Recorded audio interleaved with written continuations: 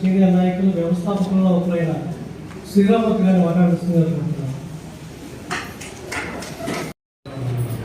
Comrades, చాలా జ్ఞాపకాలు జీవితంలో చివరి జీవితంలో ఉన్న మిత్రులారా, జైన్ సార్, నా పేరు జయరవి, ప్రార్థనా శిక్షణ కేంద్ర కమిటీ నాయకులు.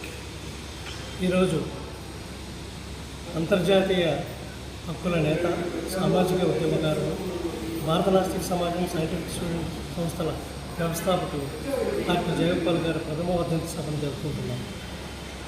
1972లో భారత నాస్తిక సమాజాన్ని స్థాపించిన జయగోపాల్ గారు గత 52 సంవత్సరాలుగా దేశమంతా మత మూఢ విశ్వాసాలకు వ్యతిరేకంగా, సామాజిక చైతన్యానికి, అణచివేతలకు వ్యతిరేకంగా పనిచేసిన మహామేధావి.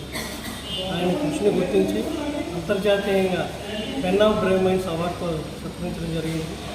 అదేవిధంగా తమిళనాట పెరియార్ ఈవి రామస్వామి గారు కొనియాడబడ్డ మహా సామాజిక నాయకుడు, అతని పేరు మీద పెరియార్ అవార్డును కూడా గౌరవించడం జరిగింది. జయగోపాల్ ఆ మహనీయుని ఆలోచనలు, స్ఫూర్తిని పుణికిపుచ్చుకొని అతని లక్ష్యాలను మరింత ముందుకు తీసుకెళ్లాలన్న ఉద్దేశంతో ఈరోజు ప్రథమ వర్ధంతిని జరుపుకుంటున్నాము.